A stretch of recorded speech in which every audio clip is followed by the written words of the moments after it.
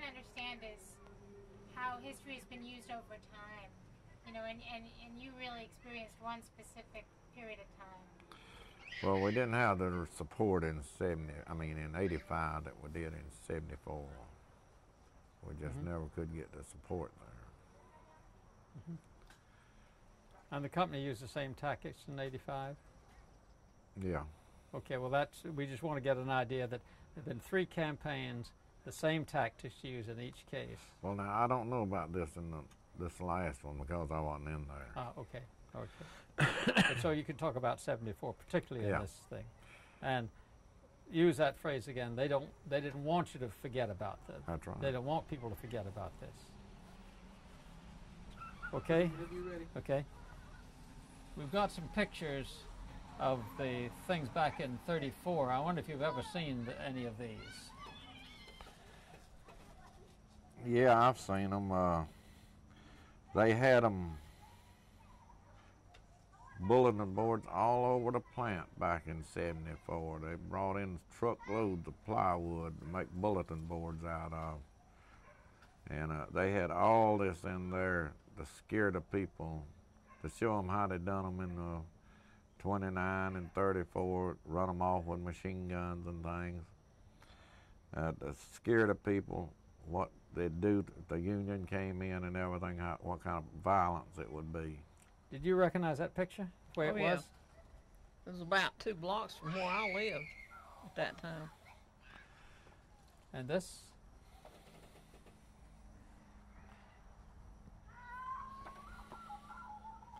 Yeah, this was on there too. It was all newspaper clipping, and all these pictures was on the bulletin board in 74. And it told about all the events that took place and how much violence there was, and talk about how they run the Union out of town. And it was all over the plants, from one end of the plant to the other. Did you ever see this, perhaps? That's the scariest one of all to me. Yeah, that was on the bulletin boards too, back in 74. It showed them with their machine guns and how they would treat the Union people. And they still sticking that in their heads today, what they would do if the Union came in there. And they still got this in their mind. It's been handed down through them through generations, that the Union was a bunch of crooks, and you can't trust them. They don't realize that the government has passed some laws now that will protect them from this kind of action and things. If the labor laws hadn't been passed to protect them, this year's scenery would be taking place today. There's no doubt about it in my mind what it wouldn't happen today if it hadn't been for the government passing the labor laws.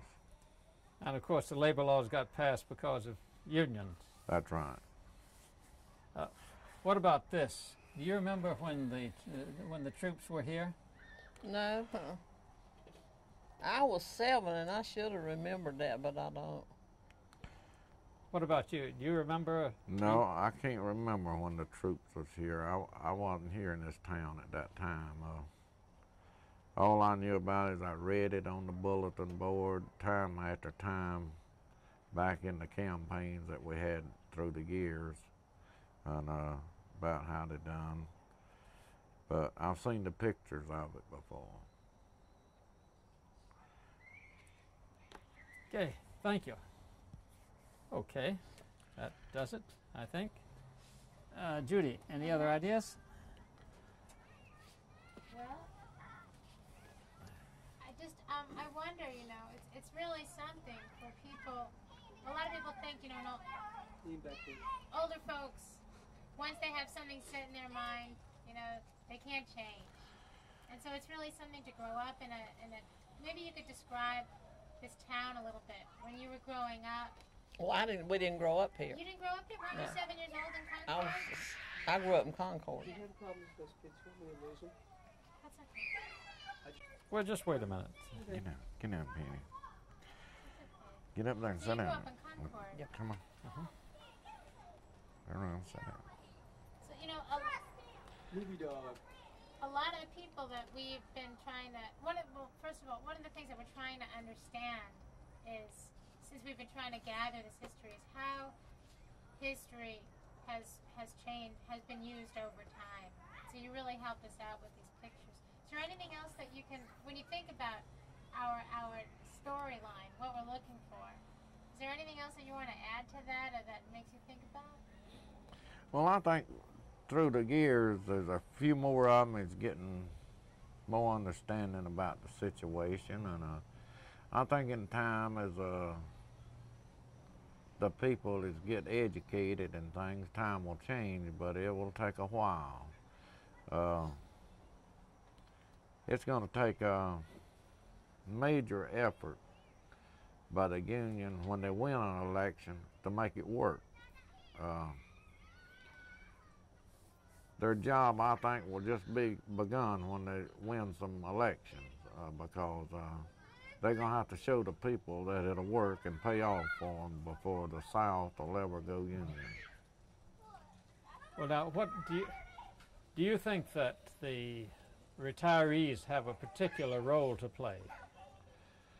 Well, I think they ought to have a particular role, as much as they've been worked and put out. Could you start off and think about retirees? Yeah, I think the retirees should have something to play in it, because they've been worked and abused and put out and had the retirement took away from them, their insurance taken away from them.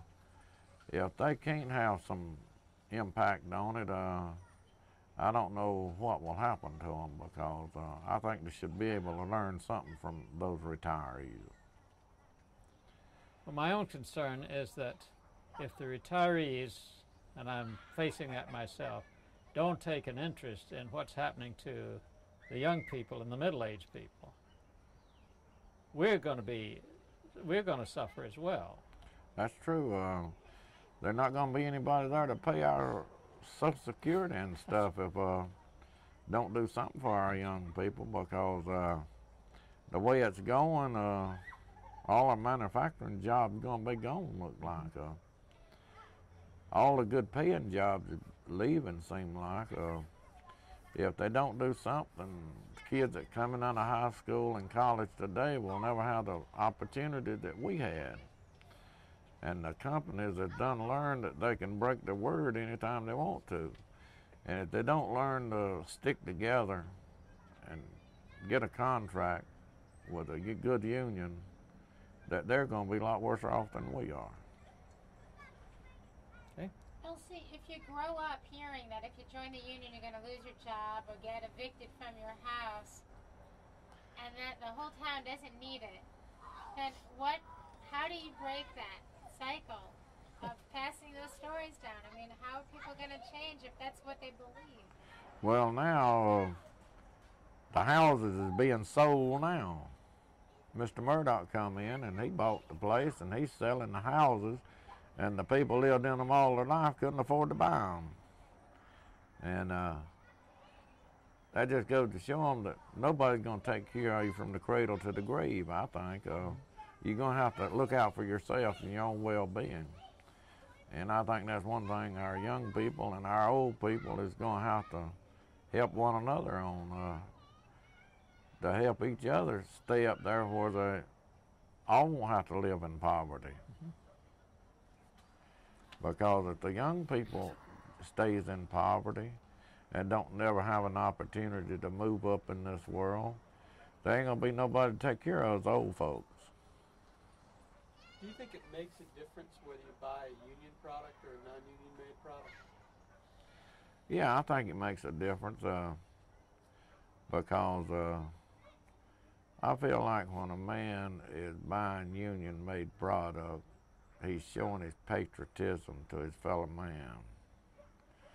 And I really think that we've lost a lot of our patriotism in this country.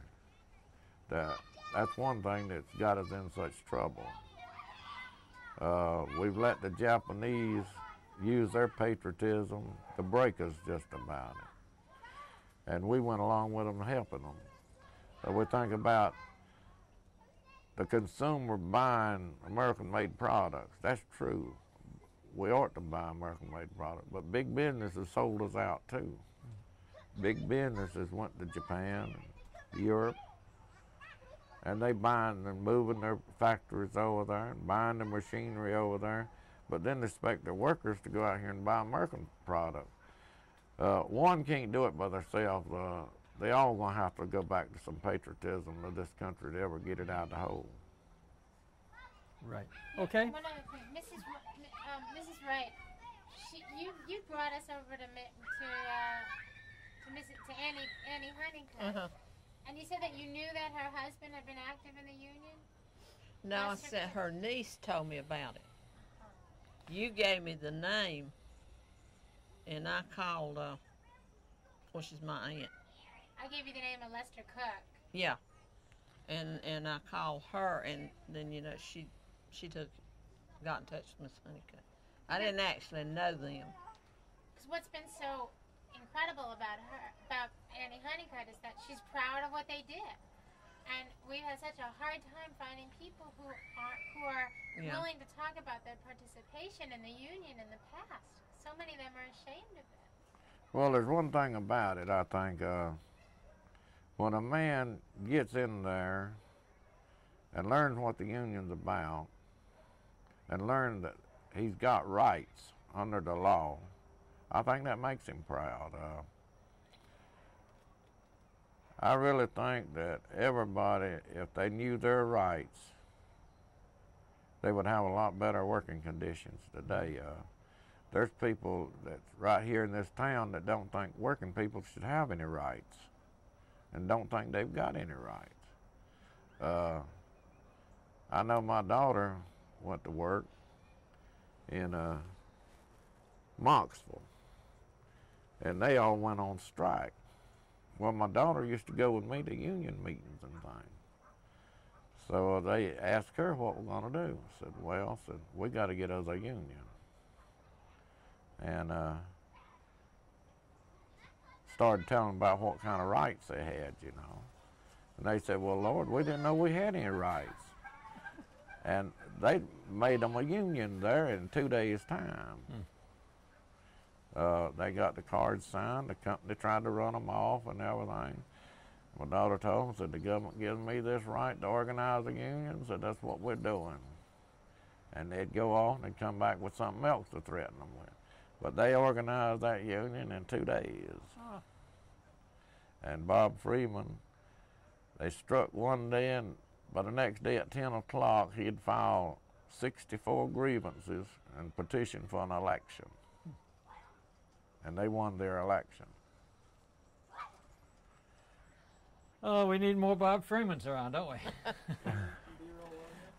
Bob Freeman, one of the smartest. What I want to do real quick is, you sit here. Okay. I'm going to go stand in the yard and get a master Okay, opener. right, So sure. you guys Okay, want but just, could you just sit there for a minute? Yeah. But Yeah. Bob Freeman, Yeah. Check on the baby. be honest with you, he teaches me more. He's the kind of fella that can make a man proud to learn what his rights is. Bob Freeman has done more for this town that hadn't been appreciated than any man I know of for the working people. Now that ought to be on the head of your picture. But that's a fact. That man, he was an organizer and he was a fine man with it. A lot of people have kicked Bob Freeman, but he was a genius in what he does, and he was so much involved with people, trying to help them. He would do anything to try to help the people, and he raised the standard of living of these people in this town more than any man I know of in the history of this town, by coming in here, organizing them, or trying to organize them, and teaching them what their rights was. Well, it's interesting that Freeman was never able to get a union in this plant, but he left a legacy that was still very important. That's true. Bob Freeman laid the foundation for the Union in the South, just about. He organized Central Motor Lines when it belonged to Cannon. And I didn't know that. well, he did, and it was a good union. And Bob Freeman has laid the foundation for the people through the South. He went into the people where the Klan was there and everywhere else had been chased with them. But that man has got some stories that could make your hair stand up, what's happened to him. If there's one man that I would put on top, it would be Bob Freeman. Now, I don't know how the rest of the union feel about him, but he teaches us more here about unions than any one man I know of. Well, I've heard this from some other people. And I must say, when we went out there and we did some recording with him, that the men whom he brought in felt very much the same way. If it hadn't been for Bob Freeman, I don't know if anybody could have ever got this thing off the ground because he had the foundation laid. And when this place is unionized, I think Bob Freeman should have a big percentage of the credit. Yeah. George, do me a favor. Yeah. Can you just tell them very briefly sort of where, how we've been traveling?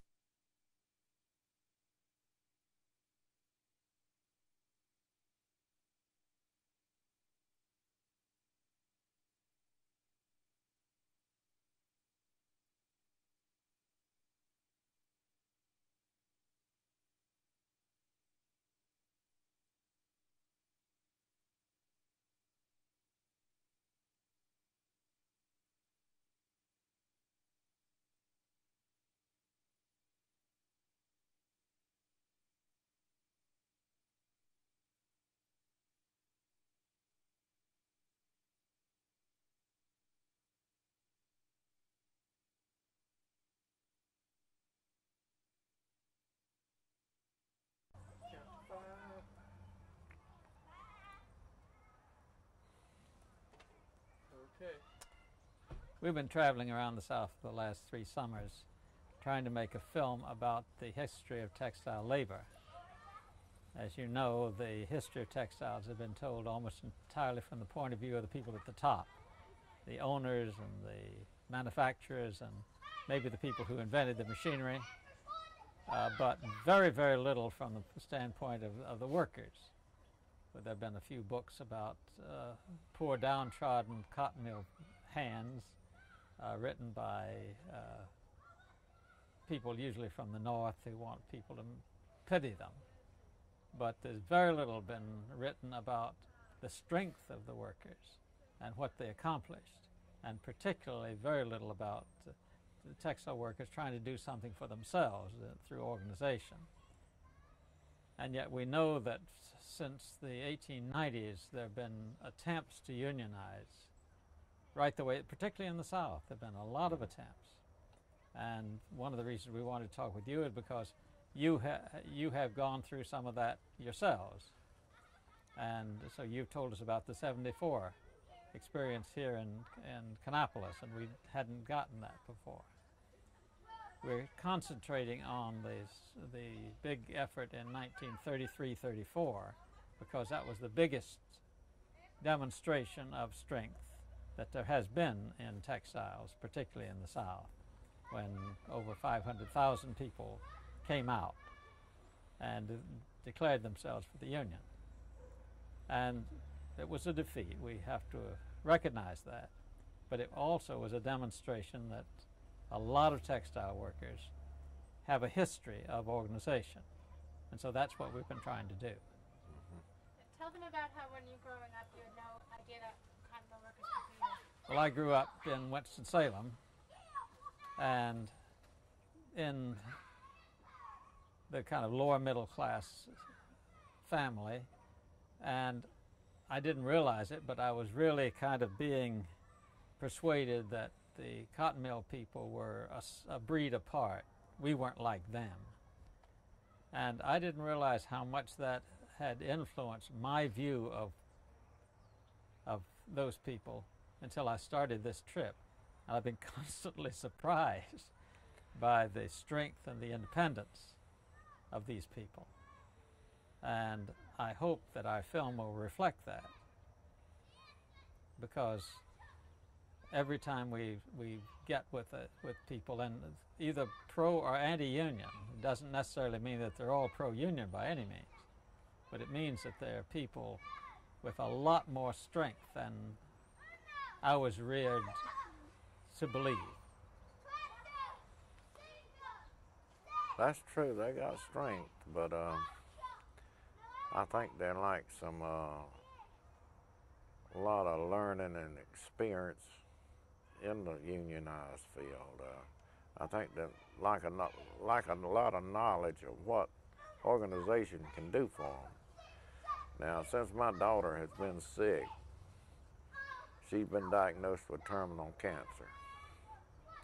She's the mother of... She's the mother of this little child here. And every union person that I have ever known has come to my support. And anything they could do, they was willing to do.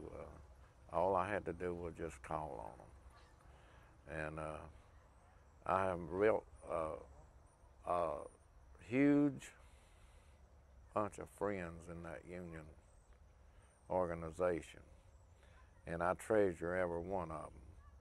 I've had information got to me from Washington, the university hospitals around the country. They have gathered that for me. They sent it to me by mail, telephone, and they have been a backbone of support for me. And I just wonder how many people in this town that the companies had went out of their way to support a man's child when they was terminally ill with something. Now, you have to know union people to love them and know how they stick with you. And when you get to know them, you'll be proud of them. And I'm proud of every one of them. And I respect every one of them because they're strong people and they know their own mind. These companies put it out, say, the union wants to do your thinking for you. But I found out one thing in my lifetime, that the companies wants to keep you thinking for yourself, but they don't want the union in there helping you think for yourself. They know when you got an organization or a union behind them, it's going to cost them because they're going to lose sooner or later. And these people in this textile business, they got to win every time, but the union just going to have to win one time. And when they win that one time and show the people what they're going to do for them, there won't be nowhere else for them to go to for cheap labor in this country. What is going to happen if the union doesn't win this next campaign? Well, it'll be just like it's always been. They'll give them a cost of living raise while the union's here, and it might be 5 years before they get another cost of living if the union leaves. And what little bit of benefits they got will be taken away from them one at a time. Their jobs will be stretched out more. They'll have to produce more for less money, just like it's been all during the history of it. And big managements will get richer and they'll get poorer. And their children will still be in poverty 100 years from now if people don't take a stand to help themselves a little bit. The union can't hand you something for nothing. The people has to pay these people to help you. If you're not willing to get out here and help yourself a little bit, you can't expect other people to throw it in your lap. I really believe that people is going to have to start taking responsibility for themselves and their well-being and their family. And when they get that, you'll find out they'll start making progress. Good. So this little one right here is a real good reason, right? That's right. I'm hoping that she'll have a lot better life and society. This country was built on union, and the Constitution was built on a union. And if we lose our unions, we're going to lose it all. Okay. Hang on, I'm going in on a little bit. Thank you.